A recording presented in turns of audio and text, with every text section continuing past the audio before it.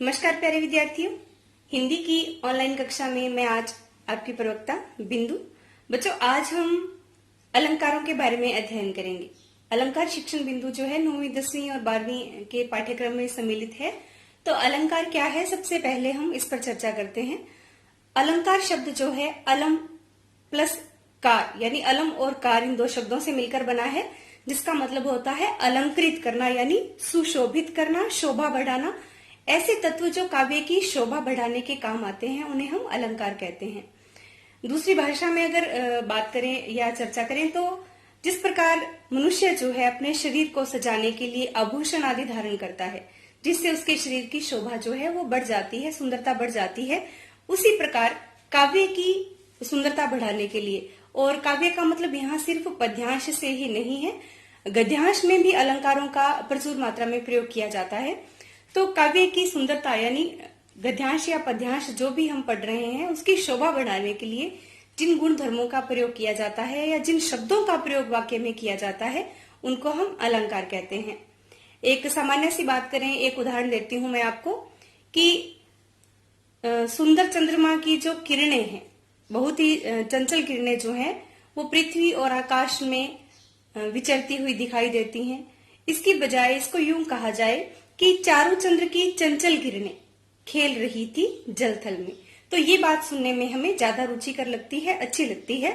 तो काव्य की शोभा बढ़ाने के लिए जिन शब्दों का प्रयोग किया जाता है उन्हें हम अलंकार कहते हैं। तो ये अलंकार हिंदी के अंदर मुख्य रूप से दो प्रकार के हैं, शब्दालंकार और अर्थालंकार। सबसे पहले परिभाषा कि जिन शब्दों से काव्य की शोभा बढ़ जाए वो अलंकार कहलाते हैं, और अलंकार के दो मुख्य भेद हैं, ये है शब्दालंकार और अर्थालंकार। आज हम शब्दालंकारों पर चर्चा करेंगे कि शब्दालंकार जो है मुख्य रूप से कौन कौन से हैं और उनकी क्या विशेषताएं हैं। तो पहले शब्दालंकार और अर्थालंकार, इन दो भेदों में हम शब्दालंकार पर बात करते हैं। शब्दालंकार यानी शब्दों में आने वाला अलंकार, शब्दों में प्रयुक्त होकर के जो काव्य की शोभा बढ़ा दे, यानी जिन शब्दों के कारण काव्य के अंदर चमत्कार उत्पन्न हो जाए, सुंदरता उत्पन्न हो जाए, उन्हें शब्दालंकार कहते हैं। मुख्य रूप से विद्यार्थियों आपके अनुप्रास, यमक, श्लेष और पुनरुक्ति प्रकाश जिसे हम विप्सा अलंकार भी कहते हैं, यानी पुनरुक्ति प्रकाश और विप्सा एक ही अलंकार है। तो चार मुख्य अलंकार आपके अध्ययन में लगते हैं, पाठ्यक्रम में शामिल हैं। तो आज हम सबसे पहले अनुप्रास अलंकार की बात करते हैं। अनुप्रास अलंकार की विशेषता ये है कि इसमें वर्णों की आवृत्ति होती है। वर्णों की आवृत्ति अर्थात व्यंजन वर्ण जो है वो आवृत होते हैं, यानी एक ही वर्ण जब बार बार आता है, एक जैसे वर्णों की आवृत्ति होने से चमत्कार जहां उत्पन्न हो जाए या सुंदरता जहां उत्पन्न हो जाए उसे हम अनुप्रास अलंकार कहेंगे। यानी किसी भी वर्ण की आवृत्ति होने पर इसमें भी मुख्य रूप से चार भेद हैं, छेकानुप्रास, लाटानुप्रास, वृत्त्यानुप्रास और श्रुत्यानुप्रास। परंतु आपको मुख्य जो बात यह है कि वर्णों की आवृत्ति होने से जहां काव्य में सुंदरता आ जाती है या काव्य का चमत्कार जो है बढ़ जाता है, उसे हम अनुप्रास अलंकार कहते हैं। जैसे एक उदाहरण लिखते हैं बच्चों हम अनुप्रास अलंकार में, तरणी तनुजा तट तमाल तरुवर बहुछाए। तरणी तनुजा तट तमाल तरुवर बहुछाए, ये पूरी एक पंक्ति है। मेरे पास श्यामपट छोटा है बच्चों, तो पूरी पंक्ति जो है यहाँ आप एक साथ नहीं देख पा रहे हैं, परंतु दोनों पंक्तियों में हमने इस वाक्य को पूरा किया है। तरुवर बहुछाए, तो तरणी शब्द जो है किसके लिए प्रयुक्त हुआ है? नदी के लिए। और नदी भी कौन सी? तनुजा। तनुजा यानी सूर्य की जा माने पुत्री। सूर्य की पुत्री कौन सी नदी कहलाती है? यमुना नदी को कहा जाता है। तो यमुना नदी के तट यानी किनारे पर तमाल एक वृक्ष की प्रजाति है। तमाल के जो वृक्ष हैं, तरुवर यानी वृक्ष जो है बहुत छाए हुए हैं। यमुना नदी के किनारे पर तमाल के बहुत सारे वृक्ष लगे हुए हैं, ये इसका भावार्थ है, अर्थ है।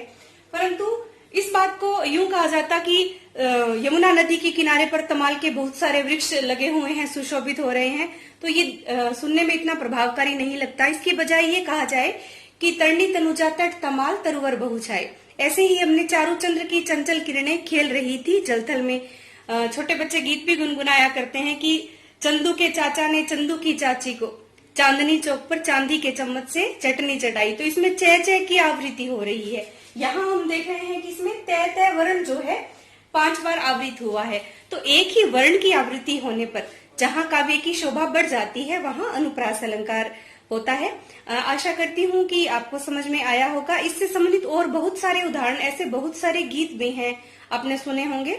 कातिल को, पंजाबी का एक गीत है जैसे कातिल को का कत्ल करा दूं, कडले कुंड फुलकारी दा, तो उसमें कै की आवृत्ति होती है। इसी प्रकार हिंदी भाषा में बहुत सारे ऐसे गीत हैं जिसमें एक ही वर्ण की आवृत्ति होती है और जिससे गीतों की या उस काव्य की शोभा गीत कविता की बढ़ जाती है। तो वहां अनुप्रास अलंकार होता है। अनुप्रास अलंकार यानी जहां व्यंजन वर्णों की बार बार आवृत्ति हो और काव्य की शोभा बढ़ जाए उसे हम अनुप्रास अलंकार कहते हैं। विद्यार्थियों, इसके बाद दूसरा मुख्य शब्दालंकार है, वो है यमक अलंकार। यमक अलंकार की विशेषता ये है कि इसमें शब्द की वर्ण की आवृत्ति न होकर के शब्द की आवृत्ति होती है। यानी यमक अलंकार में शब्द की आवृत्ति होगी। एक शब्द जो है एक से अधिक बार प्रयुक्त होगा, परंतु हर बार उसका अर्थ भी क्या होगा, अलग होगा। यमक अलंकार में शब्द की आवृत्ति होगी, यानी एक ही शब्द एक से अधिक बार आएगा और हर बार उसका अर्थ क्या होगा, भिन्न होगा, अलग होगा। जैसे मैं कहूं धीरे धीरे चलो, तो उसमें धीरे धीरे में एक शब्द 2 बार आया है, परंतु दोनों बार ही अर्थ एक ही निकलता है। धीरे का मतलब धीमी गति से। परंतु यमक अलंकार में शब्द एक से अधिक बार आता है और हर बार उसका अर्थ भी क्या होता है, भिन्न होता है, अलग होता है। उसे हम यमक अलंकार कहते हैं। जैसे सामान्य रूप से हमें एक उदाहरण देखने को मिलता है, कनक कनकते 100 गुनी मादकता अधिकाय, या खाए बोराए जग वा पाए बोराए। बच्चों, पूरा दोहा यहाँ लिखने की बजाय मैं शुरू वाली पंक्ति ही लिखूंगी, कनक कनकते 100 गुनी मादकता अधिकाय। मादकता अधिकाय, आप यहाँ देख रहे हो कि पहला शब्द जो है कनक शब्द है और इसके साथ ही दूसरा शब्द दिया गया है कनक, यानी कनक कनक शब्द की यहाँ क्या हो रही है, आवृत्ति हो रही है, दोहराव हो रहा है। और दोनों बार इसका अर्थ अलग निकलता है, क्योंकि इसकी अगली पंक्ति है कि या खाए बोराए जग। या खाए का मतलब इसे खाने से, बोराए जग माने पगला जाता है, पागल हो जाता है, जग माने संसार। वा पाए बोराए, वा माने उसे, पाए मतलब पाने मात्र से ही, प्राप्त कर लेने से ही, बोराए माने पगला जाता है। अब एक को खाने से, या माने इसको खाने से बोरा जाता है संसार, और वा पाए बोराए, उसको पाने मात्र से ही संसार बोरा जाता है, पागल हो जाता है, ये अर्थ आ रहा है। तो अब हम देखेंगे कि वास्तव में कनक शब्द का अर्थ क्या था। पहला, हम हमारी आम भाषा का या यहाँ प्रचलित भाषा का की अगर बात करते हैं तो कनक हम गेहूं को कहते हैं, परंतु वास्तव में कनक शब्द जो है वो हिंदी में स्वर्ण यानी सोना, जिसके आभूषण बनते हैं, उसके लिए प्रयुक्त हुआ करता है। तो कनक कनक ते 100 गुनी, और दूसरा कनक शब्द जो आया है, पहले कनक का अर्थ धतूरा लेंगे और दूसरे कनक का अर्थ यहाँ पर सोने के अर्थ में आ रहा है। कनक धतूरे को भी कहा जाता है, शिव के लिए लोग जैसे चढ़ाते हैं, बेलपत्र है, धतूरा है, एक मादक पदार्थ भी हम कह सकते हैं उसको। तो धतूरा जो है उसको लोग नशे के लिए प्रयुक्त करते हैं, मादकता के लिए, और सोना हम जानते हैं आभूषणों के लिए प्रयुक्त होता है। तो कनक कनकते 100 गुनी, सोने की और धतूरे की अगर बात की जाए तो धतूरे से 100 गुना ज्यादा मादकता किसकी है, सोने की अधिक है। कैसे, या खाए बोराए जग, धतूरे को तो खाने पर संसार बोरा जाता है, नशे में आ जाता है, मादकता में आ जाता है, परंतु वा पाए, वा माने उसको पा लेने से ही, यानी सोने को तो प्राप्त कर लेने से ही संसार बोरा जाता है। यानी जिसके पास बहुत सारा स्वर्ण हो, सोना हो, उस व्यक्ति को बहुत अभिमान आ जाता है, घमंड आ जाता है, तो वो मानो पगला जाता है, अपने आप को औरों से श्रेष्ठ समझने लगता है। तो यहाँ कनक शब्द की आवृत्ति हुई है और दोनों बार अर्थ अलग निकलता है, तो यहाँ क्या है, अनुप्रास अलंकार है। ऐसे ही एक गीत है, पुराना गीत है, ओ फिरकी वाली तू कल फिर आना नहीं फिर जाना। तो यहाँ फिरकी वाली खिलौने बेचने वाली जो है उसके लिए प्रयुक्त होता है। तू कल फिर आना यानी पुनः आना, नहीं फिर जाना। और अपने कहते हैं कि वह अपनी बात से फिर गया यानी मुकर गया। तो वहां फिर शब्द जो है 2 बार आया और दोनों बार उसका अर्थ भी क्या निकलता है, अलग निकलता है। फिरकी में खिलौना बेचने वाली के अर्थ में आ गया। फिर उसके बाद फिर आना यानी फिर माने लौट के आना, और नहीं फिर जाना का मतलब यहाँ पर मुकर जाना से है। तो इस गीत में भी क्या है, यमक अलंकार की शोभा हमें देखने को मिलती है। ऐसे ही गीत है कि सजना है मुझे सजना के लिए, तो सजना शब्द एक से अधिक बार आया है। सजना का मतलब श्रृंगार करना और दूसरे सजना का अर्थ है प्रियतम के अर्थ में। तो दोनों शब्दों का अर्थ अलग होने से यहाँ क्या है, यमक अलंकार है। अब तीसरे अलंकार की हम बात करते हैं विद्यार्थियों। तीसरा अलंकार आपके लगता है श्लेष अलंकार। श्लेष शब्द का जो अर्थ है यानी शाब्दिक अर्थ है वो होता है चिपकना।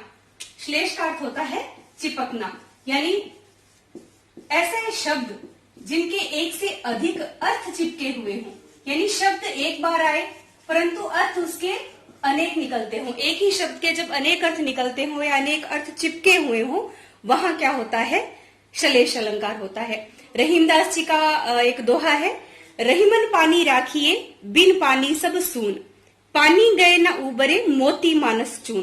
तो यहाँ इसमें बात आई है पानी गए न उबरे, पानी गए न उबरे मोती मानस चून। तो पहली पंक्ति है कि रहीमन पानी राखिए। रहीमदास जी कहते हैं कि हमें पानी को बचा करके या पानी का संग्रह या उसका संरक्षण करना चाहिए, उसको रखना चाहिए। क्यों रखना चाहिए? क्योंकि इस पानी के बिना बिन पानी सब सून, सारा संसार क्या है, सूना है।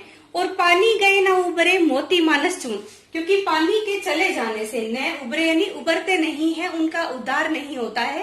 किसका? मोती मानस और चून। यहाँ मोती मानस और चून जो शब्द हैं, तीनों के लिए अलग अलग अर्थ रखता है पानी शब्द जो है। क्योंकि पानी आप जानते हो कि सीपी जो है पानी में ही फलती है, फूलती है और उसमें मोती तैयार होता है। तो बिना पानी के मोती यानी एक बहुत ही कीमती हीरा जवाहरात जिस प्रकार हुआ करते हैं तो बहुमूल्य पदार्थ है। मोती में चमक नहीं आती पानी के बिना। मानस यानी मानुष के अर्थ में अपने कहते हैं कि उसका तो पानी मर गया, उसकी आंखों का पानी मर गया, यानी शर्म खत्म हो चुकी है, लाज उसकी हया जो है वो खत्म हो चुकी है। तो मानुष के अर्थ में मान सम्मान के लिए, इज्जत के लिए आया करता है। और चून, चून हम जानते हैं कि अनाज है या आटा है, जो भी है, तो फसलें जो है बिना पानी के पनपती नहीं है और आटा आदि जो है वो बिना पानी के किसी भी खाद्य रूप में प्रयुक्त नहीं हो सकता। तो आटे अनाज के लिए, मनुष्य के मान सम्मान के लिए और मोती को विकसित होने के लिए, तीनों के लिए ही पानी की आवश्यकता है। तो एक ही शब्द के जब चमक, मान सम्मान और जल तीनों अर्थों में पानी शब्द प्रयुक्त होता है, एक ही शब्द के तीन अर्थ चिपके हुए हैं, तो यहाँ क्या है, श्लेष अलंकार है। चौथा अलंकार हमारा बच्चों जो रहता है वो है पुनरुक्ति प्रकाश अलंकार। पुनरुक्ति प्रकाश जैसा शब्द से ही स्पष्ट होता है, पुनरुक्ति यानी बार बार किसी शब्द का प्रयुक्त होना, यानी फिर से, पुनर्माने फिर से कहा जाना, पुनरुक्ति प्रकाश है, पुनरुक्ति प्रकाश अलंकार। तो इसको विप्सा अलंकार भी कहा जाता है। विप्सा अलंकार इसी का दूसरा नाम है। एक ही शब्द एक से अधिक बार प्रयुक्त हो, एक ही शब्द जब एक से अधिक बार प्रयुक्त हो और हर बार अर्थ भी उसका वही निकले, बार बार अर्थ भी वही आए, तो उसमें क्या है, पुनरुक्ति प्रकाश अलंकार है। इसे समझना या पहचानना बहुत ही आसान है। जैसे कहें कि मधुर मधुर मेरे दीपक जल, वह बहुत तेज तेज चलता है, ठीक है, वह धीरे धीरे कहने लगी, या दिन जल्दी जल्दी ढलता है। तो इस तरह के जो शब्द एक से अधिक बार आ रहे हैं, धीरे धीरे, तेज तेज, मधुर मधुर, मंद मंद हवा बही, तो यहाँ क्या है, एक ही शब्द का की आवृत्ति भी होती है और हर बार अर्थ भी वही निकलता है, तो यहाँ क्या है, पुनरुक्ति प्रकाश अलंकार है। तो मुख्य रूप से बच्चों ये चार भेद थे हमारे शब्दालंकार में, अनुप्रास अलंकार, यमक अलंकार, श्लेष अलंकार और पुनरुक्ति प्रकाश यानी विप्सा अलंकार। आशा करती हूँ आपको समझ में आया होगा और इन चारों अलंकार में आपको कोई भी समस्या आती है तो आप मुझसे व्यक्तिगत संपर्क करके पूछ सकते हैं। धन्यवाद। जय हिंद, जय भारत।